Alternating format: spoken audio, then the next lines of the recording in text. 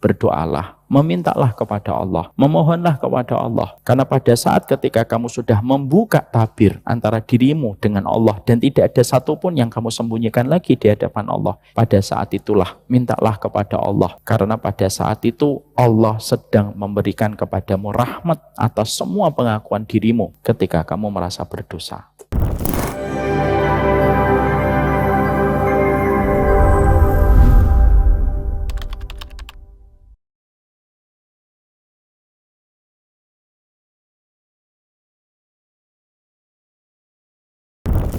Bismillah. Assalamualaikum warahmatullahi wabarakatuh.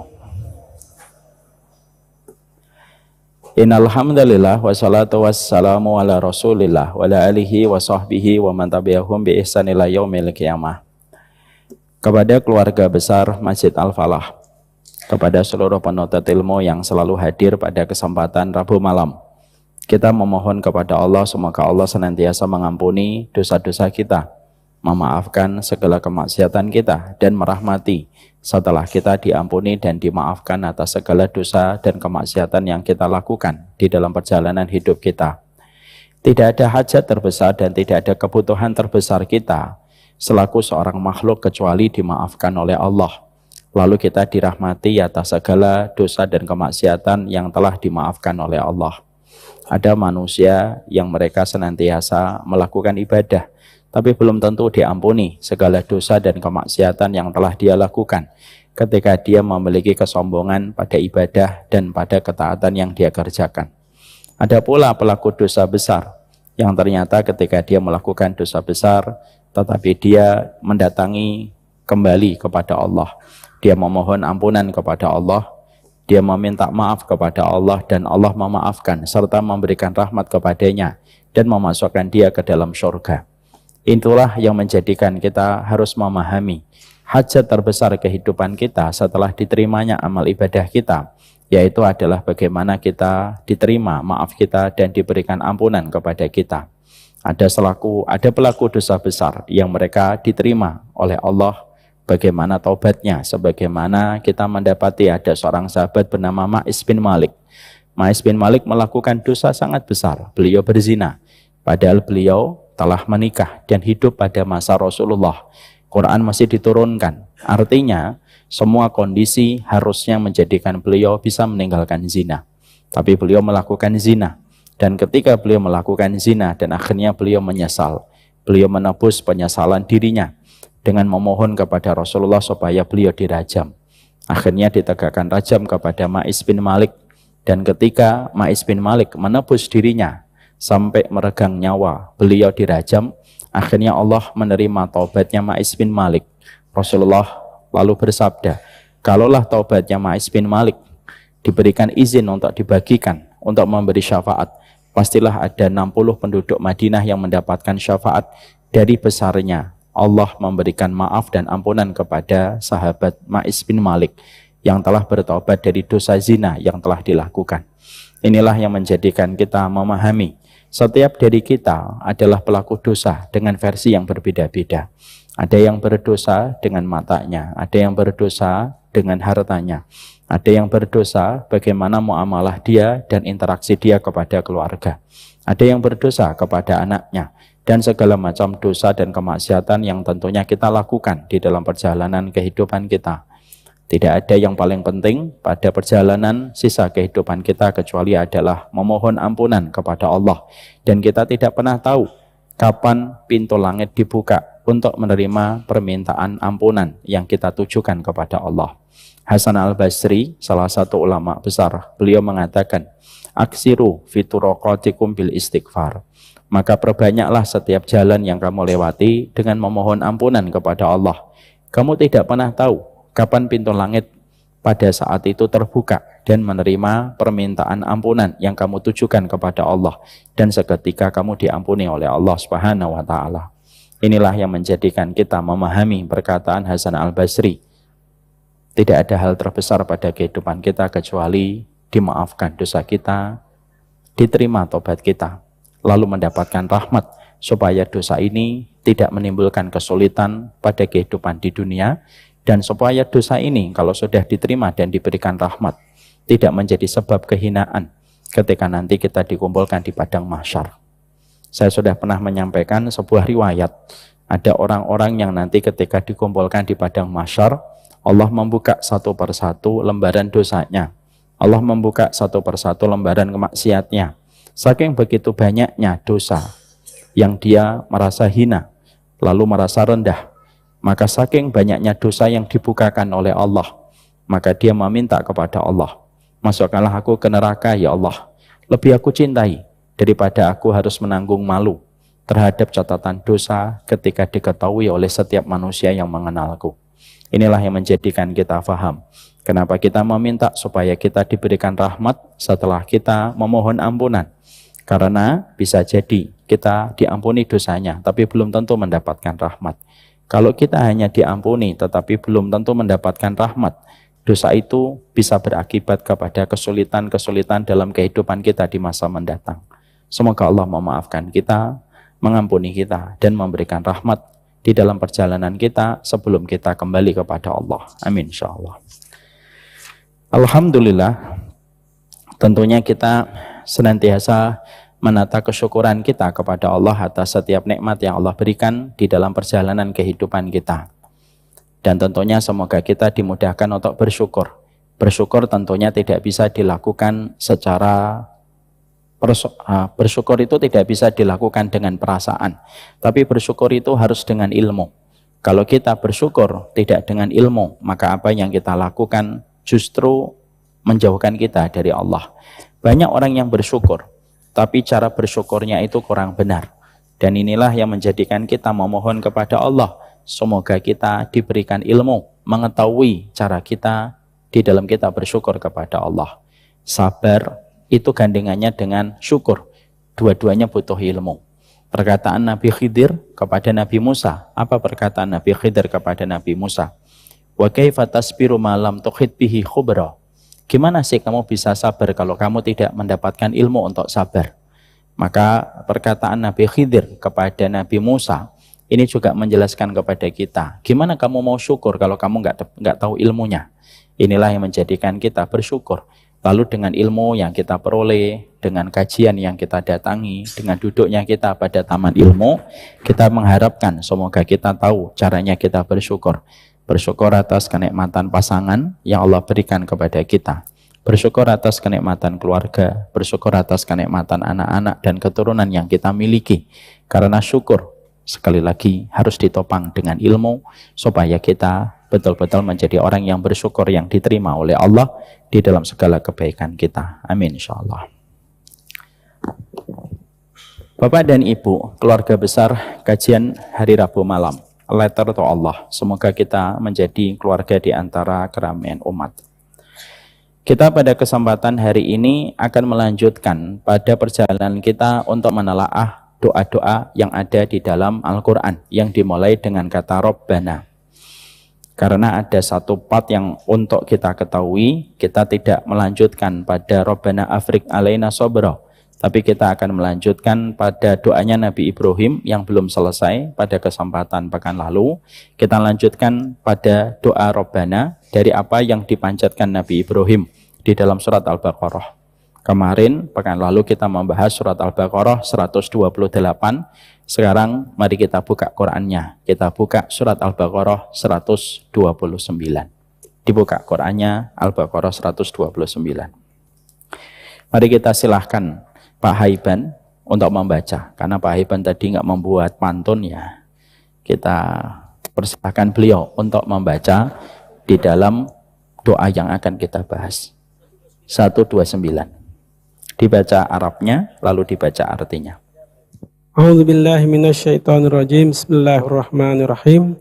Rabbana wab'ats fihim rasulam minhum yatlu alaihim ayatika yu'allimuhumul kitaba wal hikmata wa yuzakkihim innaka antal azizul hakim. Ya Tuhan kami, utuslah di antara mereka seorang rasul dari kalangan mereka yang membacakan kepada mereka ayat-ayat-Mu, mengajarkan kitab suci dan hikmah sunnah kepada mereka, dan menyucikan mereka. Sesungguhnya Engkaulah yang maha perkasa lagi maha bijaksana. Sebelum kita bedah, ini merupakan kelanjutan dari doanya Nabi Ibrahim, Rabbana waja'alna muslimaini laka wa min dzurriyyatina. Ini merupakan kelanjutan dari doa yang dipanjatkan Nabi Ibrahim yang Allah abadikan di dalam surat Al-Baqarah surat 128. Mari kita bedah pada ayat 129. Sebelum kita bedah, mari kita baca bersama-sama. Rabbana wa ba'ats fihim rasulam minhum yatlu alaihim ayatika wa yu'allimuhumul kitaba wal hikmata wa yuzakkihim innaka antal azizul hakim. Ya, mari kita bedah satu persatu.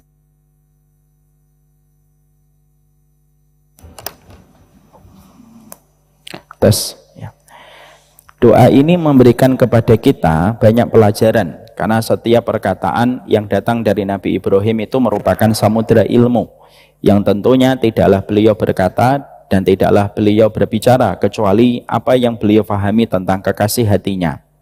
Nabi Ibrahim itu merupakan seorang nabi yang mendapatkan gelar Khalilur Rahman, di mana beliau itu kekasihnya Allah, di mana ketika beliau menjadi kekasihnya Allah Ar-Rahman, tentunya tidak ada yang paling tahu tentang kekasih hati kecuali adalah orang yang menjadi kekasih hatinya. Tidak ada yang mengetahui Pak Haiban, bukan saya, karena saya ketemu Pak Haiban itu hanya setiap Rabu. Yang paling mengetahui Pak Haiban itu adalah istrinya beliau. Tidak ada yang tahu tentang saya kecuali adalah orang yang sangat mencintai saya, yaitu adalah istri saya. Dan itu merupakan konsekuensi ketika kita saling mencintai, maka kita akan mengetahui tentang siapa orang yang kita cintai. Allah Subhanahu wa ta'ala itu menempatkan Nabi Ibrahim dengan gelar Khalilur Rahman. Berarti orang yang paling tahu tentang Allah adalah Nabi Ibrahim. Orang yang paling tahu tentang Allah adalah Nabi Muhammad. Orang yang paling tahu tentang Allah adalah setiap para nabi dan para rasul.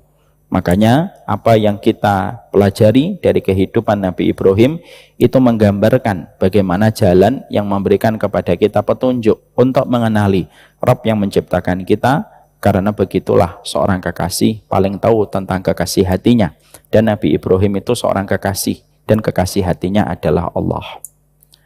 Apa pelajaran yang kita dapatkan di dalam surat Al-Baqarah 129? Sambil dibuka Qur'annya, baik itu Quran digital ataupun Quran mushaf. Yang pertama yang kita dapatkan adalah Nabi Ibrahim itu tidaklah beliau meminta, kecuali setiap permintaan beliau selalu dimulai dengan kata Rabbana. Pada surat Al-Baqarah 128 beliau memulai dengan kata Rabbana. Beliau ketika meminta permintaan dan permohonan lain pada ayat 129 beliau pun memulai dengan kata Rabbana. Kata Rabbana yang selalu dilazimi oleh Nabi Ibrahim itu menunjukkan kepada kita sebuah sikap hati bahwasanya Nabi Ibrahim itu senantiasa merendah di hadapan Allah. Beliau selalu merasa banyak kekurangannya, beliau merasa banyak dosanya, beliau merasa banyak kemaksiatannya. Dan itulah yang diperlihatkan Nabi Ibrahim ketika beliau memohon kepada Allah. Nabi Ibrahim mengajarkan kepada kita sikap terbaik ketika kita berdoa kepada Allah, meminta kebaikan dan kemudahan di dalam urusan kita adalah menyatakan penyesalan kalau kita adalah pelaku dosa dan pelaku kemaksiatan. Makanya selalu beliau mulai dengan kata Rabbana untuk menunjukkan beliau merendah di hadapan Allah dengan seluruh kekurangannya sebagai seorang makhluk. Analoginya gampang, Bapak kalau berada di persidangan, maka seorang hakim itu biasanya akan memberikan pengurangan hukuman kepada seorang terdakwa ketika terdakwa itu menyesali perbuatan yang telah dilakukan. Biasanya kalau kita pernah mendapati alur persidangan, salah satu pertimbangan hakim untuk menurunkan masa hukuman dari 5 menjadi 4, dari 4 menjadi 3, itu biasanya salah satu klausul pertimbangan seorang hakim itu adalah sang terdakwa itu menyatakan penyesalan atas perbuatan yang telah dilakukan.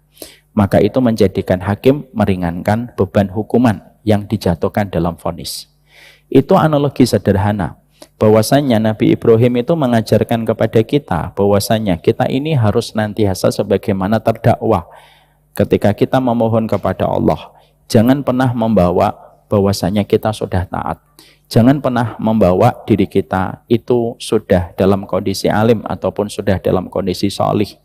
Tapi bawalah diri kita kalau sudah berdoa, meminta sesuatu kepada Allah, akuilah dosamu, mengakulah terhadap kemaksiatanmu, mengakulah segala kesalahanmu, maka sesungguhnya doa yang diiringi dengan penyesalan atas segala dosa dan kemaksiatan yang dilakukan, itu menjadikan doa itu melapangkan apa yang Allah berikan kepadanya. Allah meringankan hukuman untuknya, Allah mengabulkan permintaannya, dan Allah memudahkan urusannya ketika dia senantiasa, setiap dia meminta kepada Allah, dia senantiasa merasa berdosa di hadapan Allah.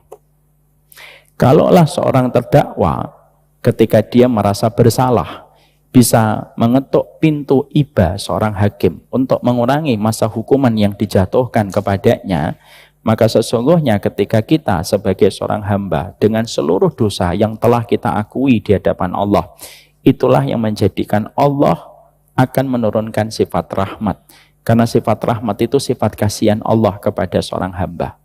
Makanya kemarin saya sampaikan, konsep tertinggi dalam cinta itu kasihan dan mengasihani. Makanya rahmat itu tidak dikatakan dengan arti terjemahnya cinta. Tapi rahmat itu, arti terjemahnya itu adalah kasihan dan mengasihani. Maaf ya, suami istri kalau hanya berdasarkan cinta, cinta bisa berkurang karena kesalahan. Suami istri itu kalau mereka itu bersama suami istri karena kasih sayang itu bisa menipis karena segala macam kekecewaan. Tapi justru konsep tertinggi di dalam rasa cinta itu adalah kasihan. Dan Allah memperlakukan kita selaku hambanya dan selaku makhluknya itu adalah karena kasihan. Dan cara untuk mengetuk sifat kasihan Allah kepada kita, merendahlah, akuilah dosamu, akuilah maksiatmu. Orang yang mampu membuka setiap catatan dosanya di hadapan Allah di dunia adalah orang yang justru paling mulia ketika nanti telah dihisap oleh Allah. Karena apa? Kalau doa kita membuka catatan dosa kita, membuka kemaksiatan kita, maka kita telah menghisap diri kita di dunia. Dan itu meringankan hisap kita nanti ketika kita berdiri di pengadilan Allah. Karena dosa-dosa itu sudah kita hisap pada saat ketika kita berhadapan dengan Allah dalam setiap doa yang kita panjatkan kepada Allah. Jadi penting sekali Nabi Ibrahim itu mengajarkan kepada kita adab tertinggi seorang budak. Adab tertinggi seorang budak kalau dia berdoa itu adalah mengumpulkan rasa penyesalan atas setiap dosa yang telah dia kerjakan.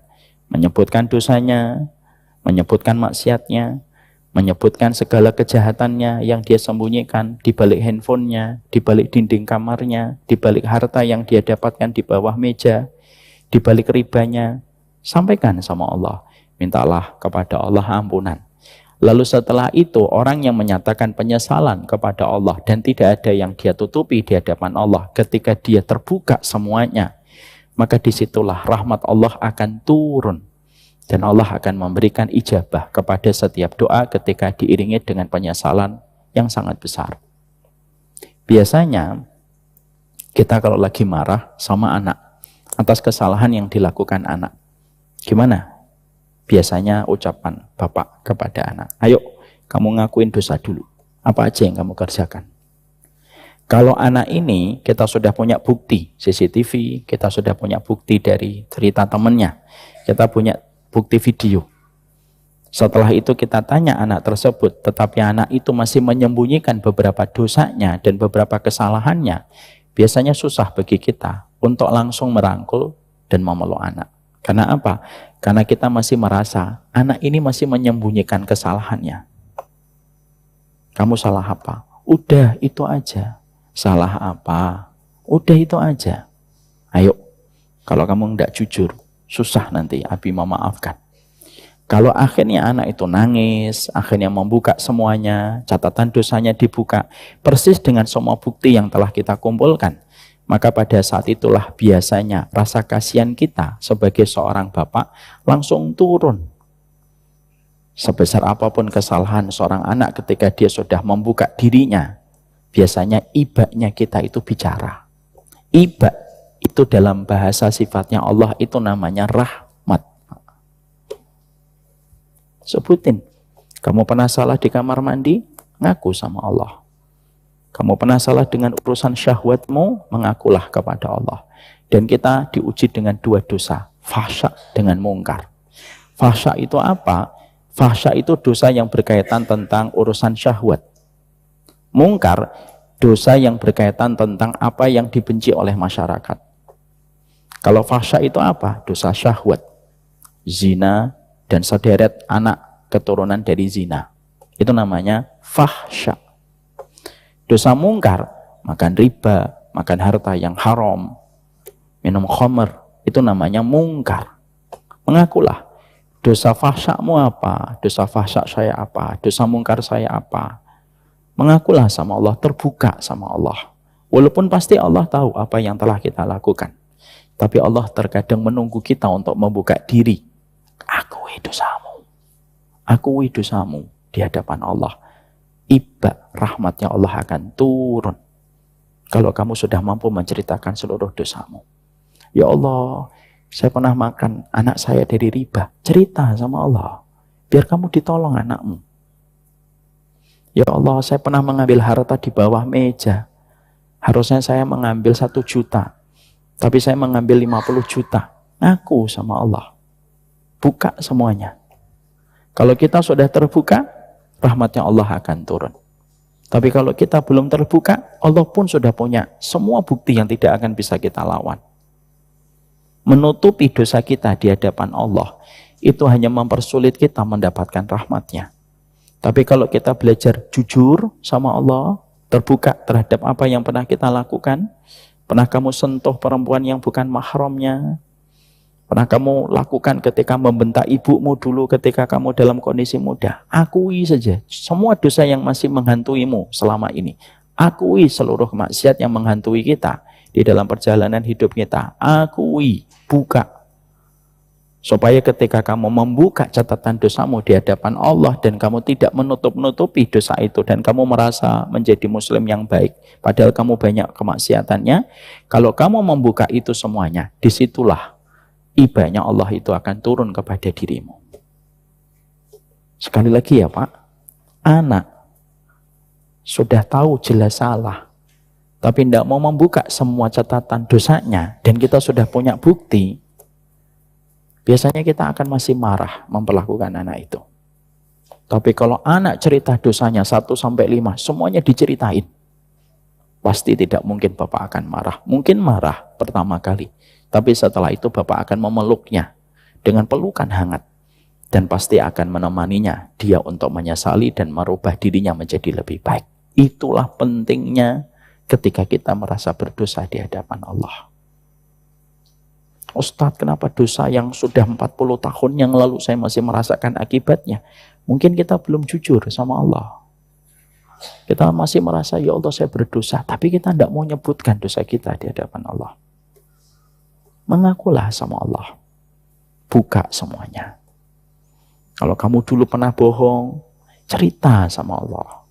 Rendahkan dirimu. Cara kita merendahkan diri kita di hadapan Allah adalah jujur membuka diri kita di hadapan Allah dan tidak ada satupun yang kita tutupi. Nabi Ibrahim mengajarkan betul. Kata Rabbana yang beliau lazimi di surat Al-Baqarah 128. Beliau membuka dengan kata Rabbana. Di dalam ayat 129 beliau pun membuka dengan kata Rabbana. Untuk mengajarkan kepada kita, membuka diri kita, merasa berdosa, merasa maksiat, menceritakan dosa-dosa kita di hadapan Allah, itu merupakan perkara yang paling cepat untuk menjemput ibanya Allah, rahmatnya Allah di dalam kehidupan kita.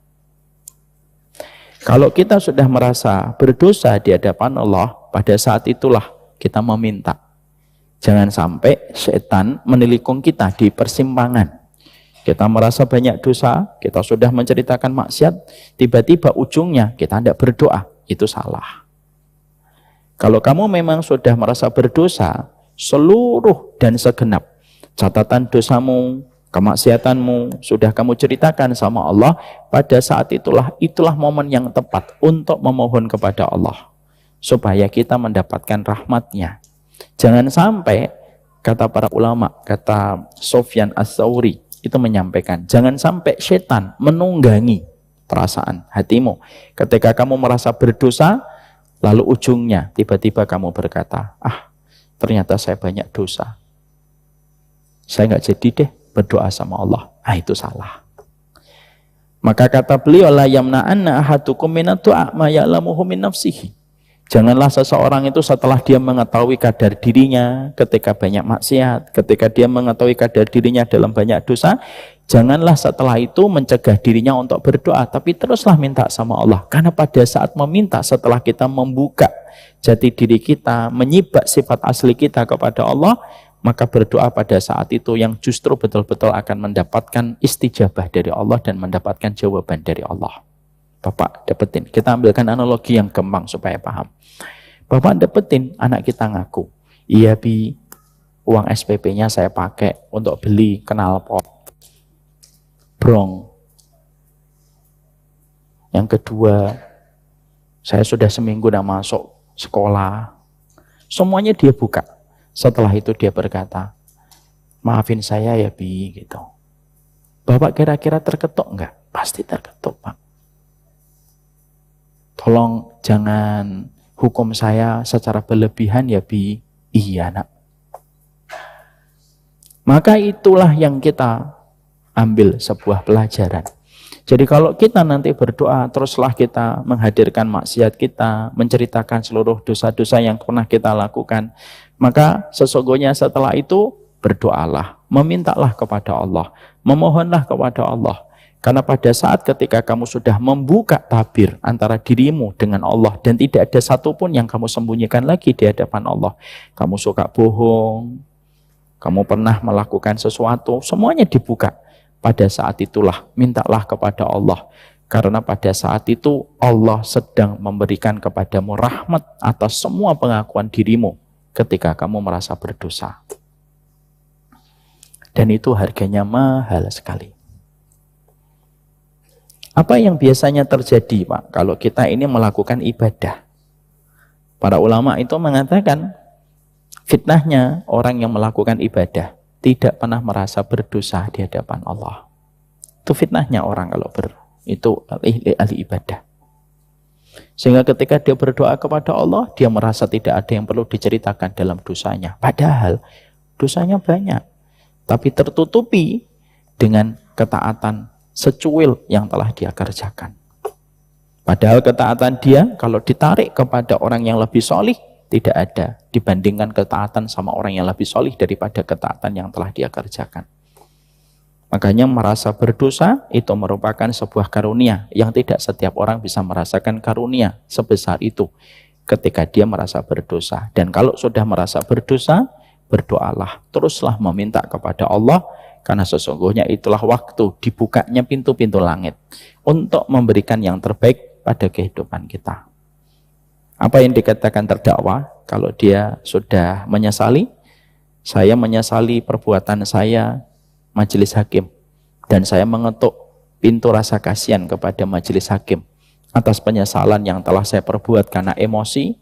Semoga bisa menjadi pertimbangan majelis hakim untuk mengurangi masa hukuman saya dan bisa memberikan pelajaran kepada saya menjadi manusia yang lebih baik. Itu biasanya pledoi itu kayak gitu. Kalau saya pernah melihat pledoi itu begitu, Pak. Dan itulah yang harusnya kita lakukan sebenarnya. Kita ini harusnya membacakan pledoi kita kepada Allah, mengetuk pintu iba kasihan rahmatnya Allah, dan mohonlah kepada Allah dari banyak kebaikan. Jangan kita merasa ibadah kita itu menjadikan kita menjadi ahli ibadah, lalu kita tidak bisa melihat catatan dosa dan kemaksiatan yang kita kerjakan.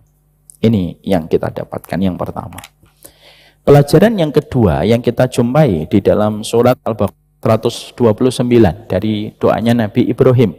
Rabbana wa ba'as fihim rasulam minhum yatlu alaihim ayatika wa yu'allimuhumul kitab wal hikmah wa yuzakkihim innaka antal azizul hakim. Yang kedua dikatakan oleh para ulama, Nabi Ibrahim itu mengajarkan kepada kita bahwasannya kalau berdoa kepada Allah jangan setengah-setengah, Dan janganlah kita kalau berdoa itu setengah hati di dalam kita memohon kepada Allah. Push the limit. Dorong kepada limit yang terbaik dan maksimal di dalam kamu berdoa. Allah tidak menyukai orang yang basa-basi di dalam berdoa. Allah itu menyukai orang yang terbuka di dalam berdoa dan meminta maksimal di dalam dia berdoa. Maaf ya Pak, orang Jawa terkenal dengan kata basa-basi. Ini maaf ya, ini kita tidak bicara ras, karena saya juga orang Jawa. Bagi yang suka motong-motong video, tolong jangan dipotong videonya. Orang Jawa itu terkenal dengan kata basa-basi. Pak, makan, ampun, sampun, sudah, kenyang. Padahal tiba-tiba habis ngomong kenyang, suara perutnya bunyi kriuk-kriuk gitu. Karena basa-basi. Basa-basi tidak masalah, Pak. Basa-basi itu tidak salah. Makanya orang Jawa suka basa-basi. Makanya mereka manis-manis. Kenapa? Karena suka basa-basi. Tapi basa-basi sama Allah itu nggak disarankan. Makanya kalau kita berdoa, push the limit kalau sudah berdoa. Sudah mengakui diri kita maksiat, maka berdoalah kepada Allah itu push the limit. Mintalah kepada Allah itu yang terbaik. Karena yang kita jumpai dan kita dapatkan ketika Nabi Ibrahim berdoa.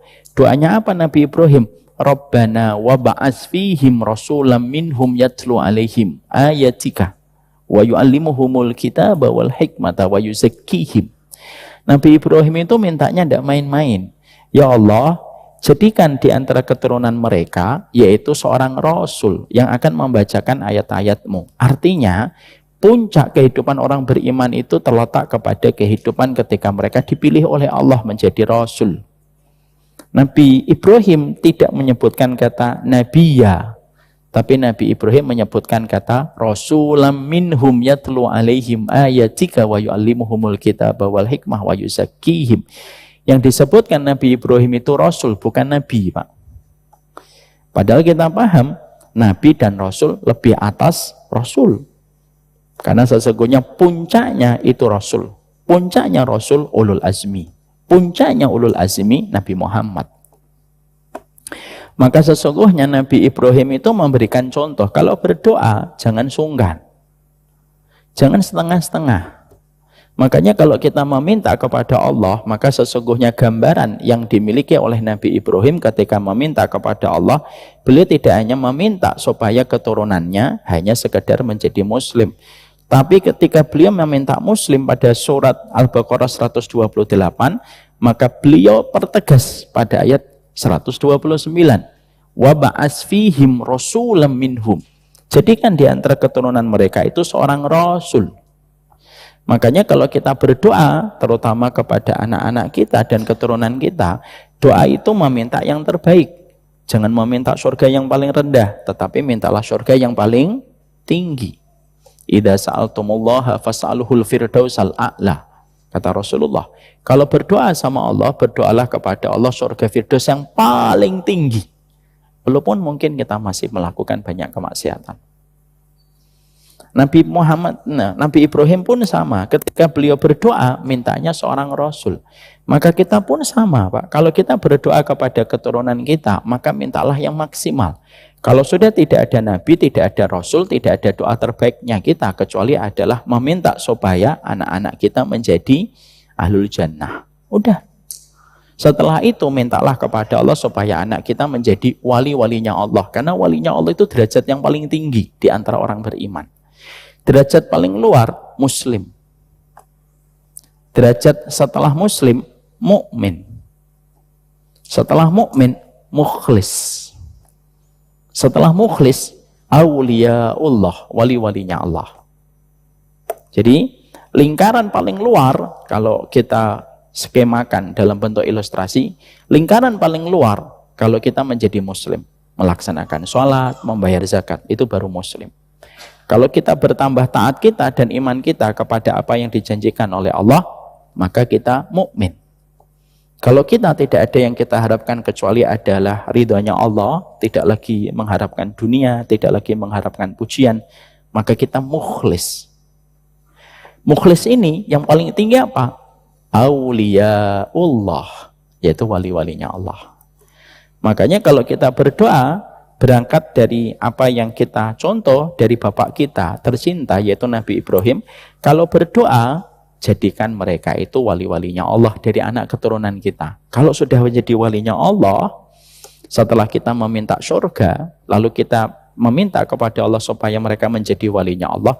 Kalau kaya, kaya tidak merusak hidupnya. Kalau miskin, miskin tidak merendahkan dirinya dalam kehidupan dan tidak menjadikan dia beban bagi orang lain. Itu jadi walinya Allah. Makanya fokuslah pertama kali ketika kita memohon kepada anak kita itu berkaitan tentang status mereka yang terbaik di sisi Allah. Jangan mengejar status anak kita di hadapan manusia yang kita minta sama Allah. Tapi jadikanlah anak kita itu menjadi ahlul jannah. Dan mintalah kepada Allah itu walinya Allah. Karena puncak terbaik kehidupan anak kita itu ya jadi walinya Allah dan mereka menjadi ahlul jannah. Pak, saya itu pernah belajar nasihat dari anak saya. Saya belajar hikmah dari anak saya. Anak saya nomor 4. Saat itu saya lagi bercermin pagi-pagi ketika dia mau sekolah. Lalu dia sembari nempel-nempel ke saya, doakan ya Bi, semoga saya nanti jadi ahlul ilmi. Amin. Saya usap. Baru saja saya aminkan, anak saya Pak, ngasih saya nasihat secara tidak langsung, hikmah tepatnya. Beliau lalu ngomong ke saya, gak jadi Debbie? Lah, kok gak jadi? Saya sudah khawatir, jangan-jangan diubah jadi petugas pemadam kebakaran ini. Karena dulu cita-citanya waktu kecil petugas pemadam kebakaran. Saya tidak tahu ya, rata-rata anak-anak kecil itu 2, kalau nggak petugas pemadam kebakaran menjadi polisi. Tapi anak saya yang ini dulu itu petugas pemadam kebakaran. Nggak tahu yang dilihat itu apa. Maka ketika dia ngomong nggak jadi, saya deg-degan. Loh, kok nggak jadi? Kenapa? Saya mau minta supaya Abin doain saya sebagai ahlul jannah. Saya kan kaget Pak, dari ahlul ilmi ke ahlul jannah. Kita secara singkat pada saat memahami perkataannya, kita langsung pengen ngomong, kan sama aja nak, insya Allah kan begitu. Tapi saat itu apa yang disampaikan? Anak Pak, masih kecil Pak. Tapi saya ditegur lewat obrolan dengan beliau.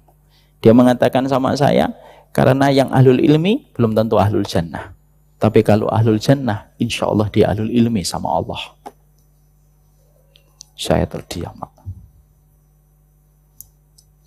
Disitulah kita mendapatkan apa sebuah hikmah obrolan ini. Ya, walaupun ini cukup lama, tapi obrolan ini memberikan kepada kita, itulah permintaan yang terus kita minta kepada Allah. Makanya akhirnya Nabi Ibrahim itu ketika beliau berdoa dan Allah abadikan doanya ini, Allah tidak mungkin tidak mengabadikan kecuali di dalamnya ada samudra ilmunya.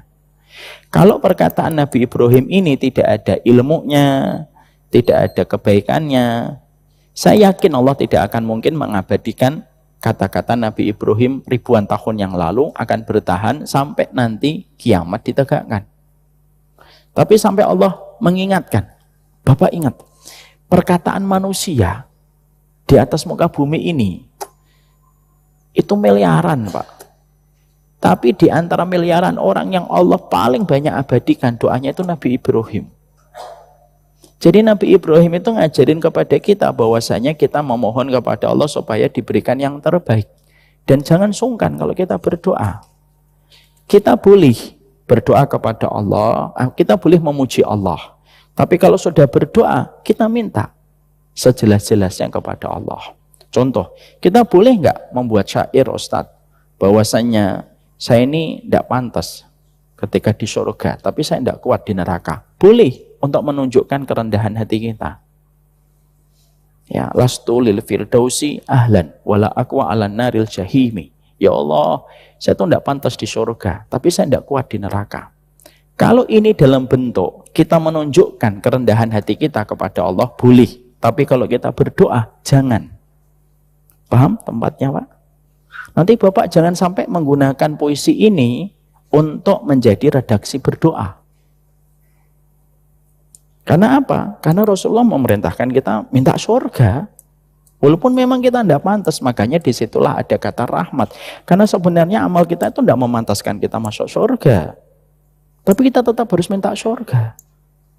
Nanti kalau Bapak kemudian berdoa menggunakan puisi ini, padahal puisi ini itu mengajarkan kepada kita kerendahan hati dan bukan dijadikan redaksi berdoa, nanti malah khawatirnya ini akan betul-betul tidak sesuai dengan para nabi. Ya Allah, aku tuh tidak pantas di surga, tapi tidak kuat di neraka. Lah terus di mana? Di mana? Kamu mintanya di mana? Di kampung rambutan? Tidak bisa. Kalau kita membaca puisi, boleh Pak. Tidak apa-apa. Bapak baca puisi ini tidak apa-apa. Menunjukkan kepada kita. Lastu lil firdausi ahlan. Itu mengajarkan kepada kita bahwasanya amal kita itu sangat jauh dari kenikmatan surga yang Allah janjikan.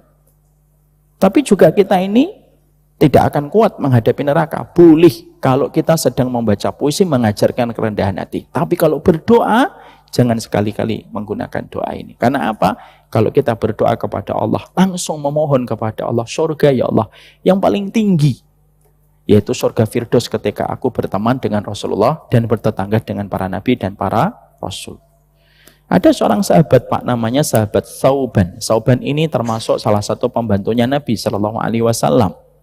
Beliau mengatakan kepada Thauban, apa yang kamu ingin minta wahai Thauban? Ini Rasulullah, orangnya sangat murah hati kepada setiap orang yang beliau kenal. Beliau mengatakan sama Thauban, kamu minta apa Thauban? Ini murafaqataka fil jannah. Saya ingin menjadi temanmu dan sahabat karibmu nanti di surga ya Rasulullah. Lalu Nabi mengatakan, bisa nggak minta yang lain? Bisa nggak minta yang lain? Enggak ya Rasulullah, permintaanku cuma satu. Aku pengen menjadi teman akrabmu nanti di surga. Ini murafaqataka fil jannah. Saya pengen menjadi temanmu nanti di surga. Setelah orang ini ngotot dalam tanda petik sahabat Thauban ini kepada Rasulullah, maka akhirnya Rasulullah pun mengaminkan, lalu mengatakan, fa inni ala nafsika bikasrati sujud. Kalau begitu tolong ya supaya doamu ini betul-betul dipenuhi sama Allah, maka perbanyaklah kamu bersujud kepada Allah. Karena sujud itu bisa mendekatkan kedudukan dirimu dengan aku nanti di surga. Makanya kalau kita sujud Pak, diperintahkan sunnahnya untuk memperpanjang sujud. Memperpanjang sujud itu kapan? Ketika kita sholat sunnah. Kalau ketika sholat jadi imam, berjamaah tidak disunahkan memperlama sujud. Kalau imamnya nanti terlalu lama sujud, nanti Bapak akan bangun sendiri nanti. Dan ketika imamnya masih sujud, balik lagi. Karena kalau kita menjadi imam, jangan memperlama, karena di belakang kita banyak orang yang punya kebutuhan. Dulu pernah kayak gitu Pak. Rasulullah sujudnya lama. Qadarullah karena sesungguhnya pada saat itu sedang ada yang menahan beliau, yaitu Hasan dan Husain. Makanya Abdullah bin Mas'ud saat itu menjadi makmum, kok sujudnya nggak ngangkat-ngangkat ya Rasulullah gini ya. Terus diangkat, Rasulullah masih sujud lagi. Tapi Rasulullah bukan niat memperlama, tapi mempersilahkan Hasan dan Husain untuk bermain-main. Makanya maaf Pak ya, kadang-kadang kalau kita ada yang bawa anak masih bermain-main, kadang-kadang memaafkannya harus lebih sering. Walaupun tetap harus dikondisikan supaya dia paham tentang adab bagaimana di masjid. Tapi disitulah kita mendapati bahwasanya mintalah kepada Allah itu yang tertinggi. Kita minta supaya nanti menjadi tetangganya Rasulullah Shallallahu Alaihi Wasallam di surga. Semoga nanti setiap pagi kita ngobrol dengan Nabi, siang ngobrol dengan Nabi, sore ngobrol dengan Nabi. Sehingga itu membangkitkan semangat kita untuk terus melakukan ketaatan dan belajar untuk istiqomah ketika kita punya keinginan dan punya tekad dan punya obsesi terbesar, yaitu ingin menjadi temannya Rasulullah ketika kita di surga. Nabi Ibrahim mengajarkan bahwasanya ketika beliau itu berdoa, yang beliau ingat itu anak Pak. Maka akhirnya gambaran pemikiran atau gambaran pikiran seorang bapak itu kalau pemikirannya itu berkah, bapak itu kalau pemikirannya berkah itu selalu yang difikirkan anak. Karena anak itu merupakan tongkatnya dia. Anak itu adalah orang yang akan paling setia mendoakan dia ketika dia sudah berkalang tanah di dalam kubur. Karena anak itu orang yang melanjutkan estafet kesolihan dia, dan anak itu yang kita harapkan untuk bisa memberi syafaat untuk kita nanti di akhirat. Makanya maaf sekali, ini teguran untuk saya, untuk kita semuanya. Laki-laki biasanya kalau sudah punya anak, lalu dia tidak terlalu memikirkan anak, biasanya akan sibuk dengan urusan syahwat. Makanya Nabi Ibrahim ini ketika berdoa, yang difikirkan itu terus keturunan. Bapak lihat gak? Doanya Nabi Ibrahim itu dominan dengan keturunan. Rabbi ja'alni muqimas shalah wa min dzurriyyati. Anak lagi. Rabbana waj'alna muslimaini laka wa min dzurriyyatina ummatan muslimatan. Anak lagi. Selalu dominan dengan permohonan beliau untuk memohonkan kepada anak. Kenapa Nabi Ibrahim itu sebagai figur seorang bapak yang dipanggil oleh Nabi Muhammad dengan panggilan bapakku, yaitu adalah Nabi Ibrahim, tapi permintaannya dominan dengan permintaan keturunan? Karena pemikiran yang berkah dari orang tua itu adalah ketika yang terbayangkan itu adalah anak setiap waktunya. Makanya saya bisa paham, Pak. Kadang-kadang kalau kita keluar safar, yang lebih kita ingat itu anak atau istri? Pak Iban. Anak, insya Allah. Jujur beliau. Sudah mulai jujur beliau. Insya Allah. Doa-doanya insya Allah istijabah. Karena sesungguhnya yang selalu kita pikirkan itu anak, Pak. Makanya kalau sudah tidak mikir anak, mikirnya macam-macam biasanya. Udah mikirnya poligami terus. Dan lupa dengan bayangan anak. Makanya kadang-kadang kita boleh minta sama Allah, ya Allah, hadirkan bayanganku untuk anak, supaya ketika kita melakukan kebaikan, kita ingat anak kita. Karena kebaikan kita bisa menjadi kebaikan anak kita. Ingat, Pak, anak itu 4 fungsinya untuk kita sebagai orang beriman. Apa fungsinya anak untuk kita sebagai orang beriman? Anak itu jadi tongkat kita nanti di masa tua. Dan ini yang pernah bosan saya sampaikan. Nanti kalau kita tua, Pak, tidak ada pundak yang paling kita harapkan kecuali pundak anak kita ketika nonton kita pergi kemana-mana pada satu tujuan. Seakrab-akrabnya saya sama Pak Dehaiban. Kalau Pak Dehaiban sakit, pasti pundak yang dirindukan oleh beliau adalah pundak anaknya dan bukan pundak saya. Seakrab-akrabnya saya dengan Pak Haiban ketika sakit, saya harapkan pundak anak-anak saya ketika nanti saya semakin tua. Itulah kenapa, Pak, semakin tua dikurangi mata kita, dikurangi telinga kita, dikurangi itu pikiran kita. Kenapa Allah itu ngurangin kita dan berbagai macam kekuatan kita ketika kita semakin tua? Salah satu hikmahnya, supaya kita sudah mulai bersiap-siap ninggalin dunia ketika kenikmatannya sudah dikurangi volumenya oleh Allah. Yang kedua, kenapa Allah itu jadikan kita tuh semakin tua itu semakin berkurang? Supaya sandaran kita itu adalah anak. Dan itulah kenapa Nabi Ibrahim itu selalu fokus minta anak yang berkualitas. Karena anak itu harta yang paling awet, yang masuk pada ulu hati kita ketika kita tua. Bapak kaya, umur 70 tahun, tapi bapak konflik dengan anak. Tidak nikmat itu harta bapak, 271 triliun. Tapi kita cuma memiliki harta yang sedikit, tapi anak kita selalu hadir untuk kita, Pak. Itu harta yang sedikit itu terasa menjadikan kita kayak raja ketika anak itu betul-betul berkhidmah kepada kita. Itu anak, Pak. Makanya Nabi Muhammad, perhatikan Bapak dan Ibu, semoga Bapak dan Ibu dan saya sadar. Nabi Muhammad diwafatkan di depan siapa? Abu Bakar? Enggak. Padahal Abu Bakar itu yang menemani Nabi ketika hijrah. Dan ketika beliau disengat kalajengking, beliau tidak bergerak supaya tidak mengganggu tidurnya Nabi Muhammad. Siapa orang yang paling mencintai Nabi Muhammad setelah Abu Bakar? Umar bin Khattab, Pak. Tapi di depan siapa Rasulullah meninggal di dunia? Di atas pangkuan Aisyah, di depan Fatimah. Allah mampu nggak menjadikan Rasulullah wafat di depan Abu Bakar? Kecil bagi Allah. Karena waktu subuh ketemu Abu Bakar kok.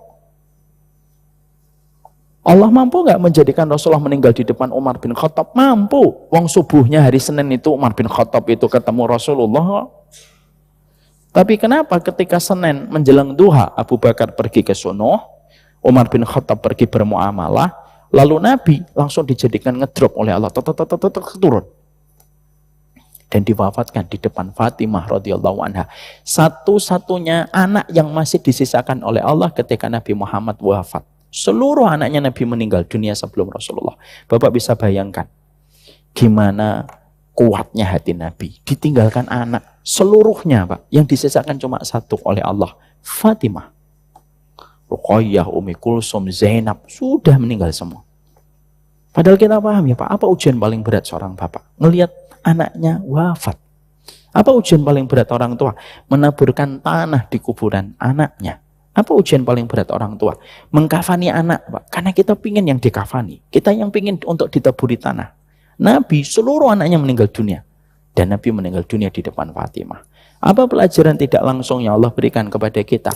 Allah sedang memberikan pelajaran tidak langsung kepada kita. Anak itulah tongkatmu.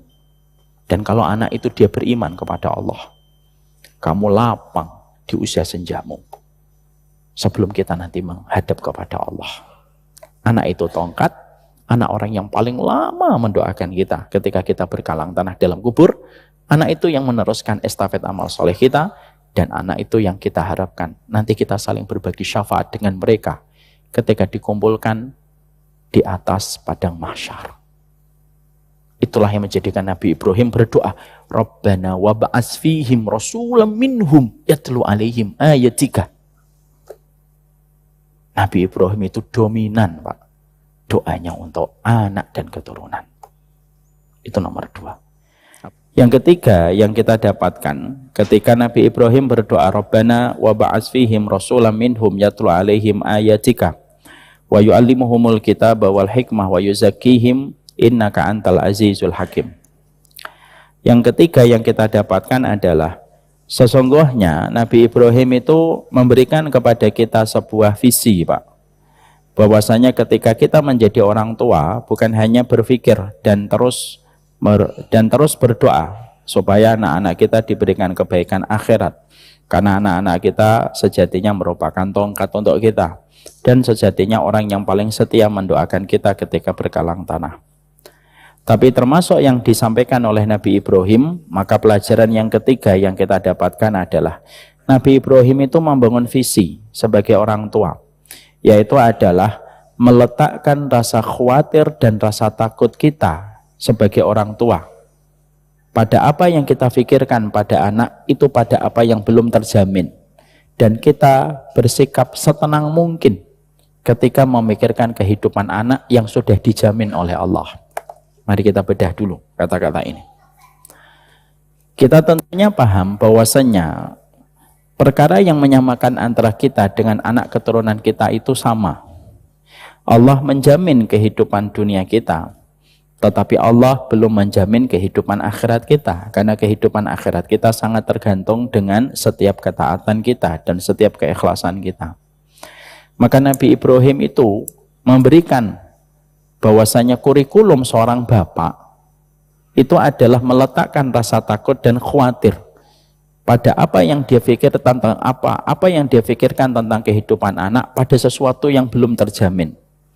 Tetapi Nabi Ibrahim itu tenang pada satu kehidupan anaknya, pada sesuatu yang sudah dijamin oleh Allah. Apa yang menjadikan Nabi Ibrahim tenang? Memikirkan kehidupan rezeki anaknya itu beliau tidak terfikir. Makanya tidak ada doa bahwasanya Nabi Ibrahim memintakan rezeki untuk anak. Walaupun memohon rezeki untuk anak kita itu tentunya diperbolehkan. Tapi Nabi Ibrahim ternyata lebih fokus meminta kepada Allah tentang sesuatu yang menjadi sebab rasa takut dan rasa khawatirnya Nabi Ibrahim, yaitu ketika beliau mendapati keturunannya tidak betul-betul menjadi seorang muslim dan tidak betul-betul menjadi seorang rasul yang membacakan ayat-ayat Allah. Inilah yang menjadikan kita paham, ini kan kontradiktif dengan kondisi kebanyakan orang tua hari ini. Dan semoga Allah ngampunin kita. Kita itu menjadi orang tua yang sibuk membangunkan rumah megah untuk anak kita daripada membuat lapangan, membuat kuburan yang lapang untuk anak kita. Sehingga ketika kita fokus, selalu yang kita pikirkan supaya nanti anak punya rumah, supaya nanti punya rumah ini, supaya punya rumah ini. Tidak salah. Tapi ketika konsentrasi kita hanya fokus membangunkan rumah yang besar untuk anak kita, lalu menjadikan kita lupa untuk membangunkan kuburan yang lapang untuk anak kita, itu salah. Dan itu ditegur oleh Nabi Ibrahim secara tidak langsung. Jadi Nabi Ibrahim itu apa? Memberikan rasa khawatirnya itu pada sesuatu yang belum mendapatkan jaminan langsung dari Allah, yaitu tentang keimanan putra-putri keturunannya. Kita tentunya sepakat Pak, memahami bahasa yang paling mudah walaupun prakteknya sangat sulit. Allah itu menjamin dunia kita, tetapi Allah belum menjamin akhirat kita. Karena akhirat kita itu tergantung kepada seluruh ketaatan dan ibadah kita. Kita kadang-kadang menyekolahkan anak sekian puluh tahun untuk mempelajari tentang urusan dunia, seakan-akan anak kita hidup selama-lamanya di dunia. Tapi kadang-kadang kita menyekolahkan anak kita dalam urusan akhirat dan memberikan edukasi tentang akhirat, itu hanyalah sebentar. Seakan-akan hidup di akhiratnya itu cuma sebentar. Itu teguran untuk saya, untuk kita semuanya Pak. Teguran untuk kita semuanya. Saya ulang kembali, teguran untuk kita sebagai nice reminder buat saya dan kita semuanya. Kita itu nyekolahkan anak kita kadang-kadang dengan ilmu duniawi panjang Pak. Dan bayarnya mahal. Seakan-akan hidup di dunia, anak kita itu panjang sekali dan selama-lamanya. Tapi kita mengedukasi anak kita tentang masalah akhirat, itu cuma sebentar. Seakan-akan hidup di akhirat itu hanyalah sebentar. Makanya Nabi Ibrahim meletakkan rasa khawatirnya kepada keturunannya pada apa yang belum dijamin oleh Allah, yaitu tentang keimanan. Masalah harta, Nabi Ibrahim yakin sama Allah bahwasanya anaknya dan keturunannya itu semuanya berada pada jaminan dan garansi Allah tentang masalah rezeki. Ada yang kaya, itu hikmah, ada yang miskin pun dengan hikmah. Tapi Nabi Ibrahim tidak khawatir tentang itu. Tapi Nabi Ibrahim itu khawatir tentang bagaimana keselamatan iman pada anaknya setelah ditinggalkan oleh beliau. Makanya beliau memintanya puncak, yaitu menjadi Rasul, supaya itu bisa menjadi sumber ketenangan Nabi Ibrahim sebelum meninggalkan putra-putrinya dalam kehidupan di dunia.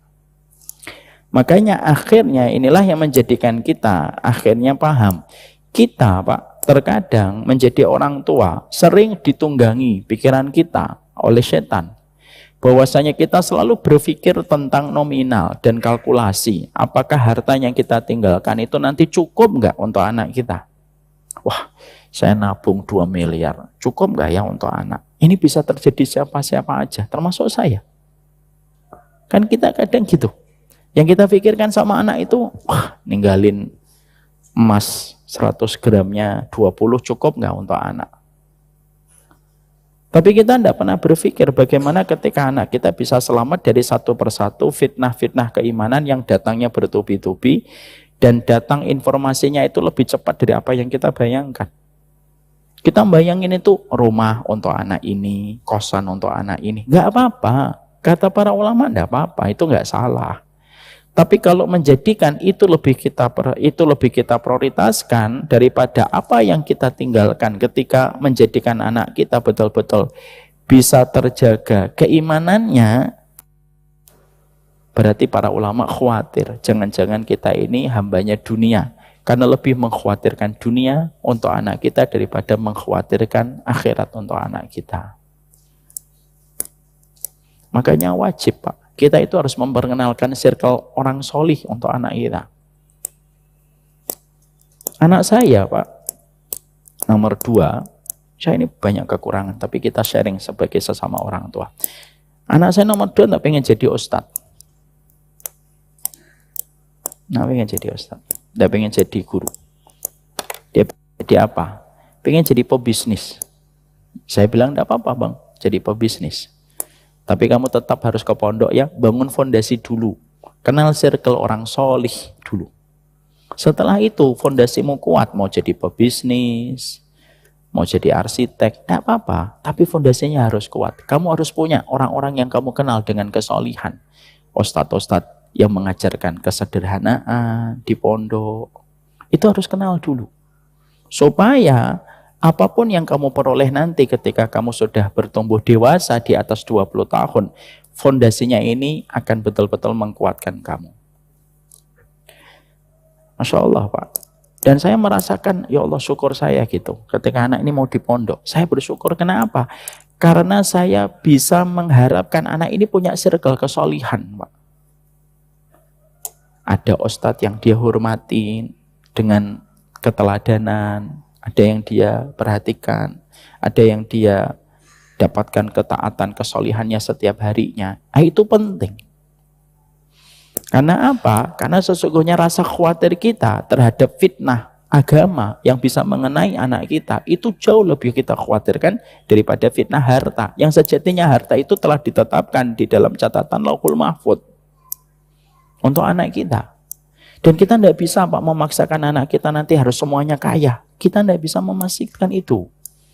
Dan kita itu berdoa sama Allah semoga kita menjadi orang tua yang tidak pernah membeda-bedakan anak hanya karena anak ini kaya dan anak ini tidak kaya. Saya tuh berdoa sama Allah semoga apapun rezeki yang nanti diberikan sama anak-anak saya tidak mengurangi rasa sayang saya sama anak hanya karena pertimbangan harta.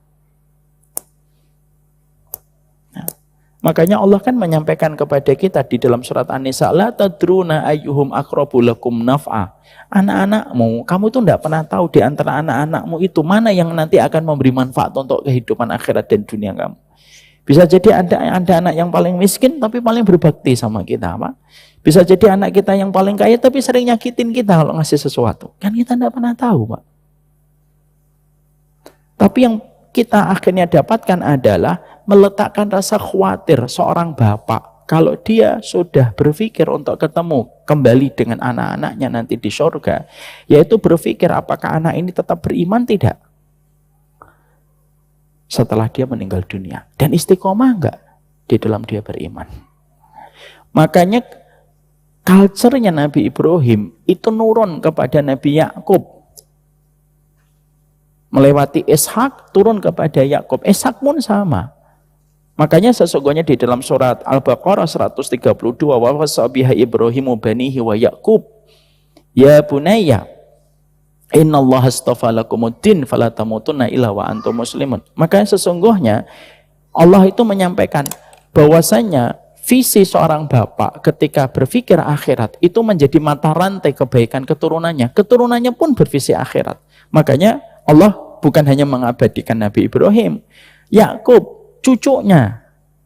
Allah menyampaikan dan sesungguhnya telah diwasiatkan kepada Ibrahim dan kepada keturunannya Yakub bahwasanya Yakub itu berkata, ya bunayya innallaha astafa lakumuddin fala tamutunna illa wa antum muslimun. Yakub pun ngomongnya sama. Allah sudah pilihkan kamu Islam ya, jangan sekali-kali mati kecuali kamu pasrah kepada Allah.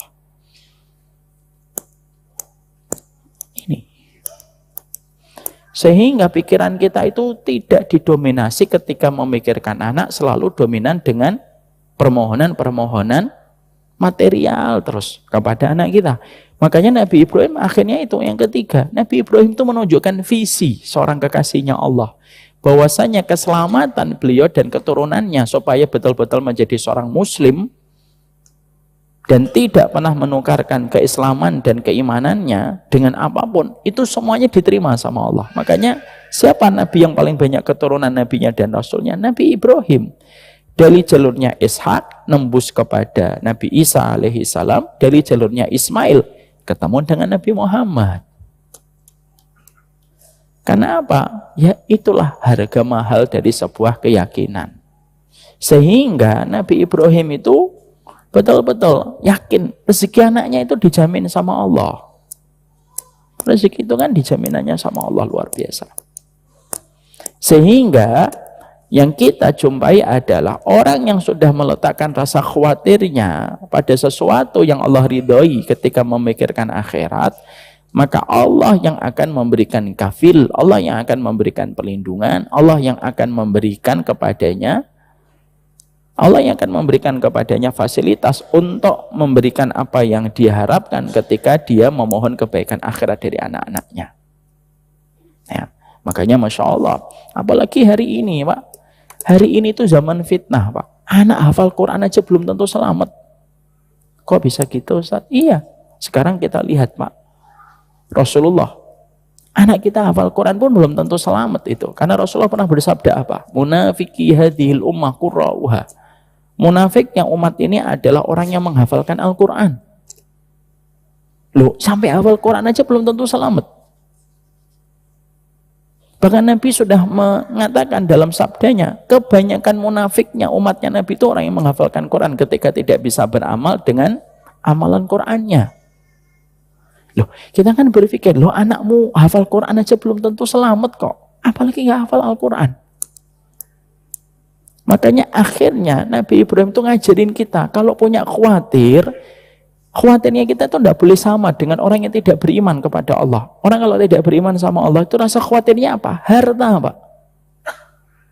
Dia khawatirnya dalam masalah harta kan. Orang-orang kafir itu kalau mereka itu khawatirnya terhadap harta. Ini tabungan segini cukup nggak ya untuk anak saya? Ini rumah ini nanti cukup nggak untuk anak saya? Padahal maaf ya, berapa banyak orang tua yang senantiasa ingin memberikan warisan terbaik untuk anaknya dalam masalah harta. Kadang-kadang anaknya itu mendapatkan harta yang lebih baik daripada harta yang diwariskan sama orang tuanya. Kenapa?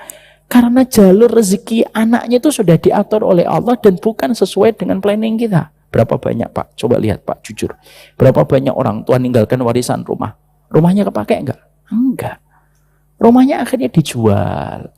Karena anak-anaknya sudah berpindah-pindah di banyak kota dan semuanya sudah punya rumah. Saya punya saudara, Pak. Beliau meninggalkan rumah. Anaknya banyak. Tapi tidak ada satupun anaknya yang mau menempati rumah itu. Padahal saya yakin bahwasanya salah satu tujuan orang tuanya ketika memiliki rumah, ya supaya anaknya nanti nempatin rumah itu. Tapi ternyata anaknya memiliki jalur rezeki yang berbeda dan tidak memanfaatkan rumah yang ditinggalkan. Saya Pak punya rumah di Kudus. Saya punya rumah di Kudus, peninggalan bapak dan ibu. Tapi saya nggak bisa pakai rumah itu karena kehidupan saya bukan di sana. Ya rumahnya tetap ada dan akhirnya tergerus dengan waktu, banyak yang bocor, gentingnya bocor, atapnya ada yang patah. Padahal salah satu alasan bapak kan juga nanti ninggalin keturunannya itu dengan rumah. Makanya dalam masalah harta Nabi Ibrahim itu berkata, sudah kalau masalah harta, sudah tenang kamu, itu dijamin oleh Allah. Tapi yang belum dijamin oleh Allah itu apa? Anakmu itu nanti beriman atau tidak. Taat atau kepada Allah atau tidak. Datang ke masjid atau enggak. Anakmu nanti selamat enggak dari pemikiran agnostik. Ketika hari ini orang itu rame-rame, anak muda bangga menepuk dadanya sebagai pengikut dari ajaran agnostik. Itu menjadi kekhawatiran kita. Makanya akhirnya mendoakan mereka setiap waktunya dalam kebaikan-kebaikan akhirat dan keselamatan dari fitnah itu penting. Makanya salah satu doanya kita sama anak apa? Bukan hanya keselamatan iman, sampai selamatnya mereka dari fahsya. Fahsya itu kejahatan kelamin pun didoakan oleh Nabi. Apa doanya Nabi kepada anak-anak muda pada zaman beliau? Allahumma, kata Nabi itu, Allahumma tahhir qalbahu waghfir dzambahu wahsin farjahu. Makanya Nabi itu ketika mendoakan anak-anak muda pada masa beliau, doanya apa? Ya Allah, ampuni dosa anak muda ini, sucikan hatinya, jaga kemaluannya. Ya, disebutkan Nabi, jaga kemaluannya, jaga kemaluannya. Karena fitnah yang paling besar itu ya fahsya dan mungkar. Ada yang selamat di mungkar, tidak selamat di fahsya, Pak. Kan gitu kan? Ada orang ketika riba tidak mau, nyuri tidak mau, minum khamr tidak mau. Tapi dia biasanya itu karena dosanya itu di fahsya, hal-hal syahwat. Ya, dosa itu antara fahsya dengan mungkar. Makanya Nabi Ibrahim fokus memohon kepada Allah supaya rasa khawatirnya itu diletakkan pada perkara-perkara yang belum dijamin oleh Allah.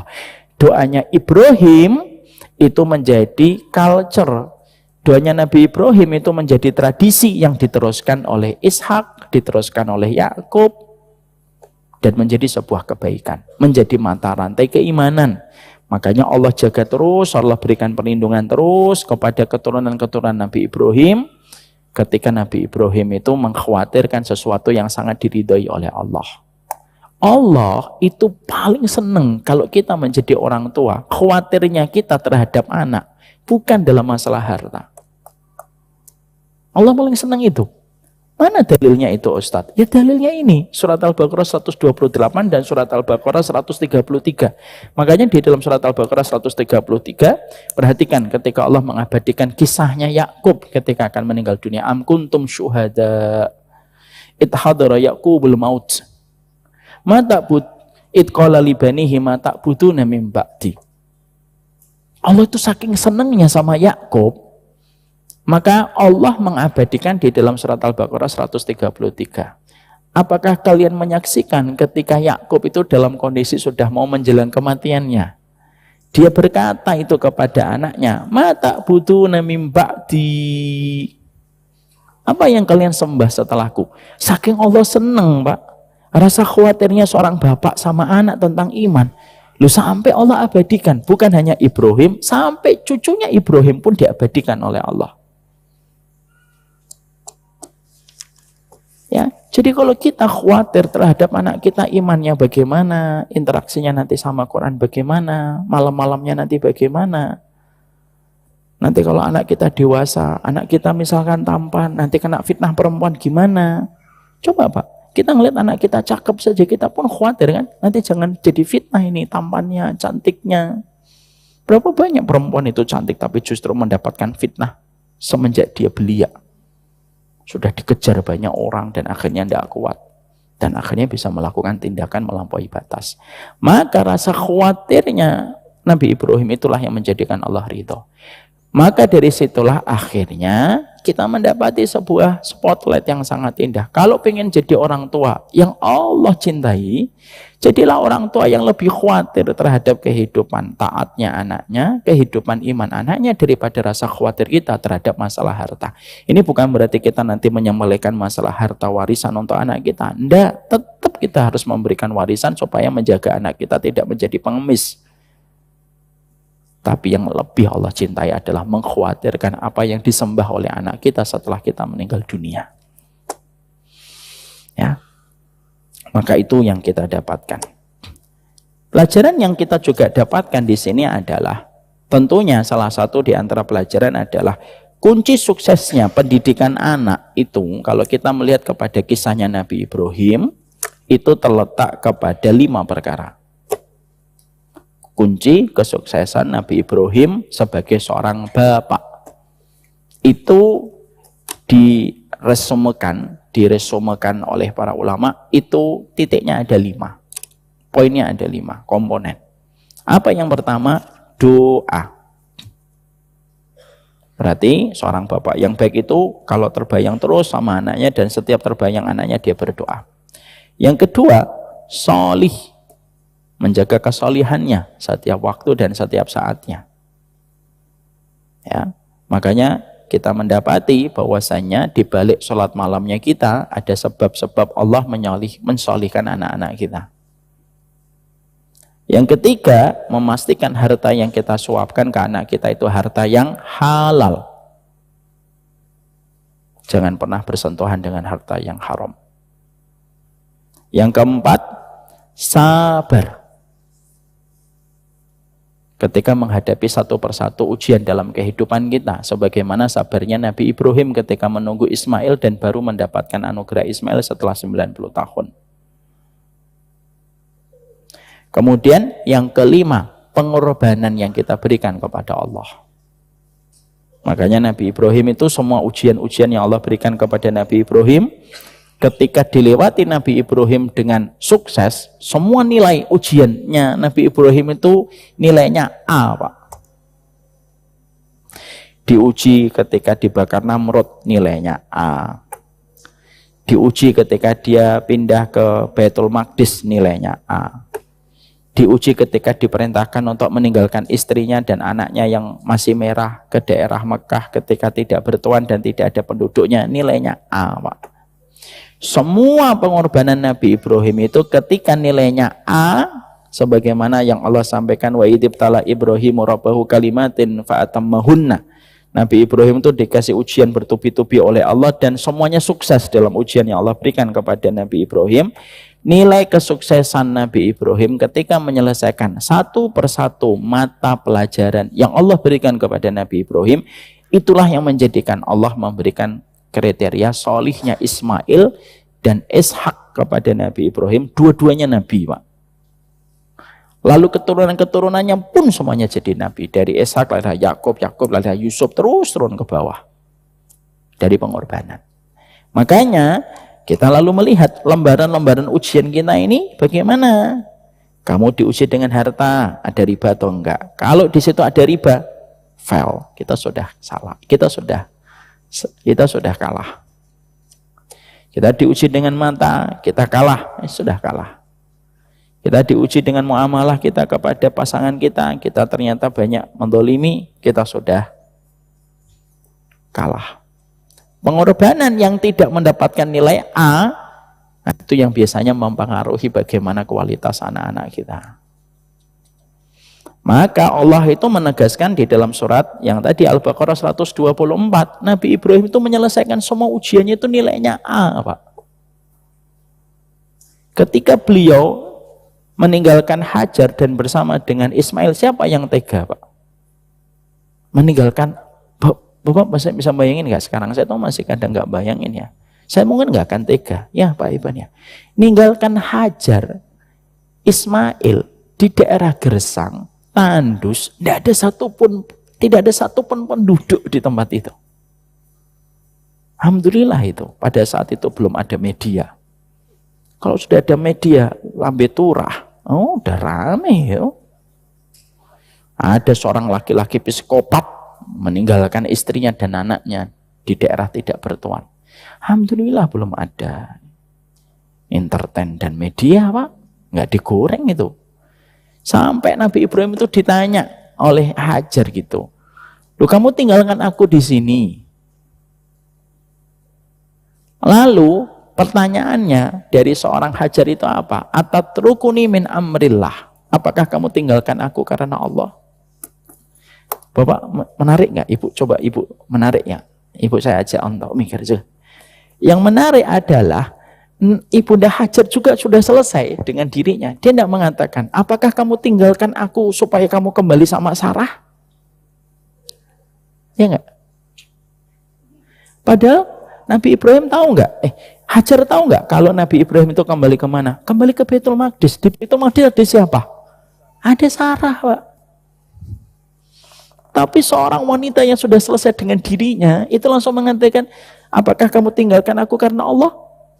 Saya tuh ketika baca dialog itu, Masya Allah ya, orang tuh kalau sudah jadi muqarrabinnya Allah, orang yang paling dekat dengan Allah, dialognya tuh nggak masuk akal bagi kita. Sama sekali Hajar tuh nggak ngomong, enaknya, habis manis, sepah dibuang. Sudah dapat anak, maunya kembali sama istrinya yang satu, tidak mikirin kita.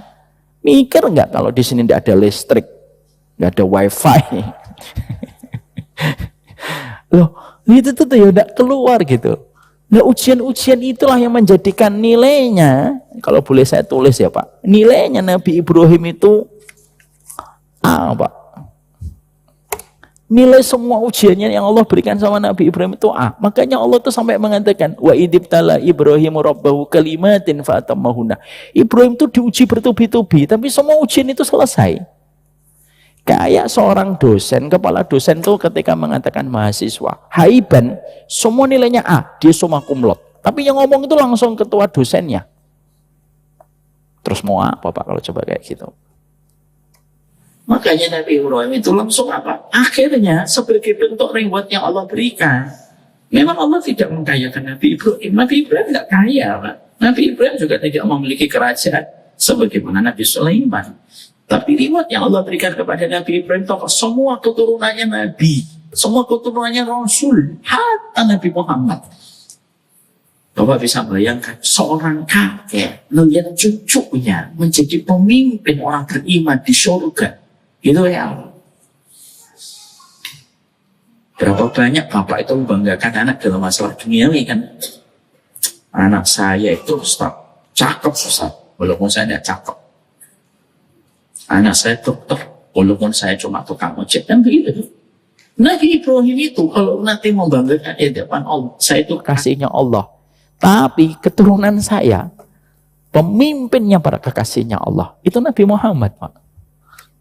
Mana yang lebih membanggakan? Itulah kenapa Nabi Ibrahim tidak dikasih dunia oleh Allah, supaya maksimal apa yang Allah berikan kepada Nabi Ibrahim untuk menjadi reward terbaik ketika dalam kehidupan di akhirat.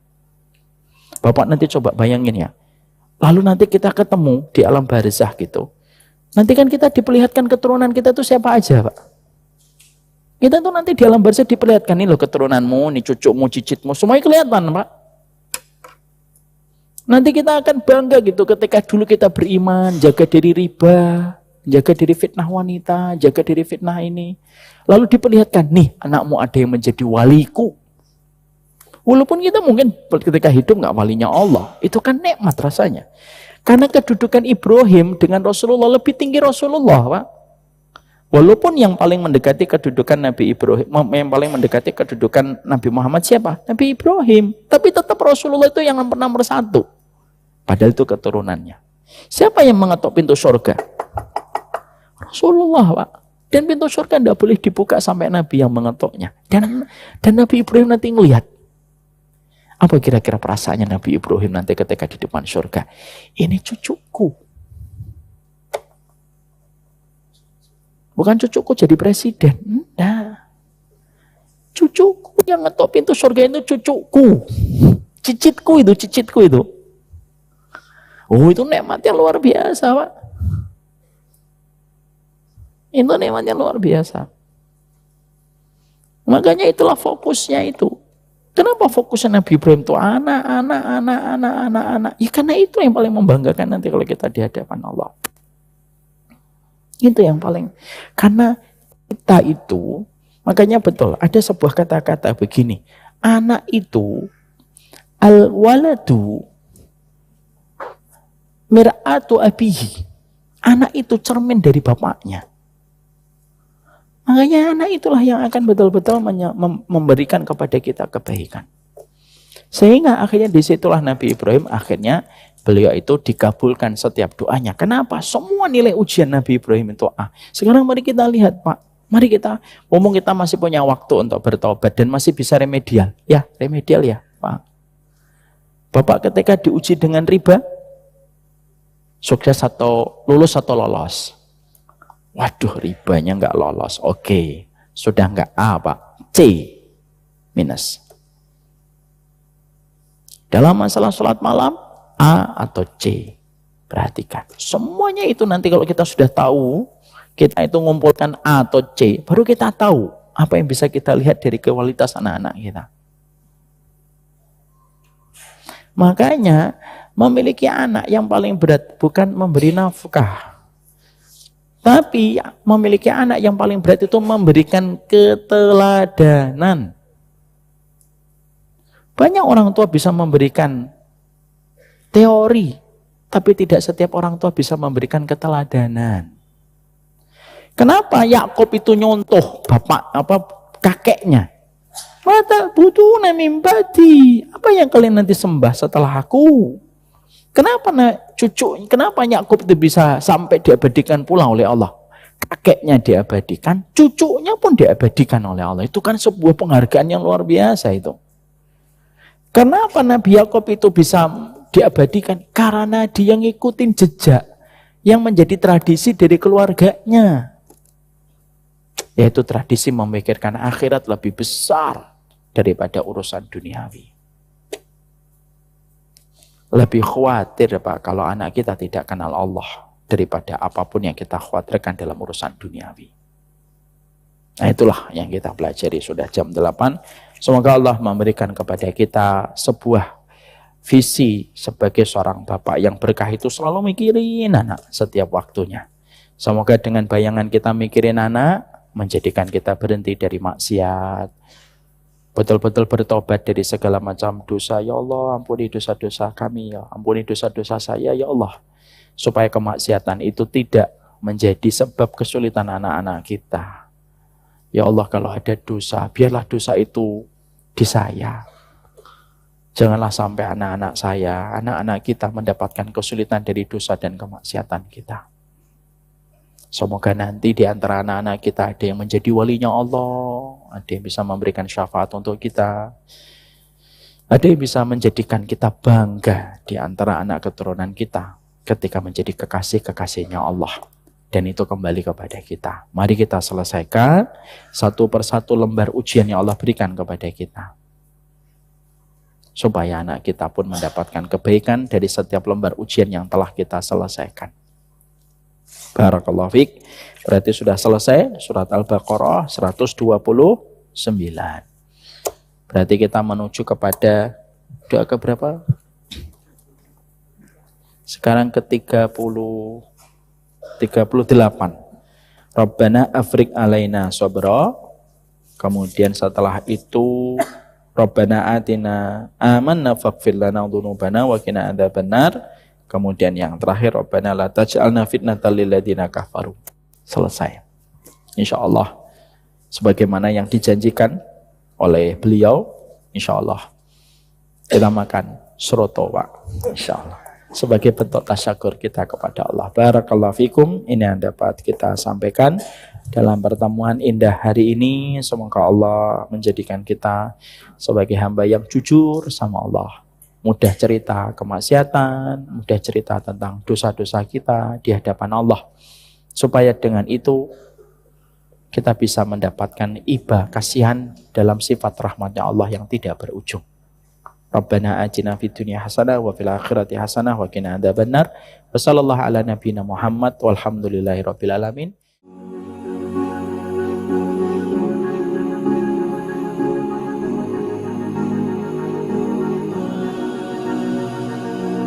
Sometimes we fall into darkness and we lose hope.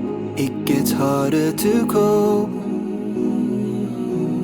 when pain is all that we harness. It stays in our soul. It gets hard to let go. Oh Allah, please give us patience, for you're the only one who truly knows. Ya Allah, قوي إيماني إني في الظلام وأنت الرحمن أرجو منك الأماني وهبت الكلام دعاء السلام.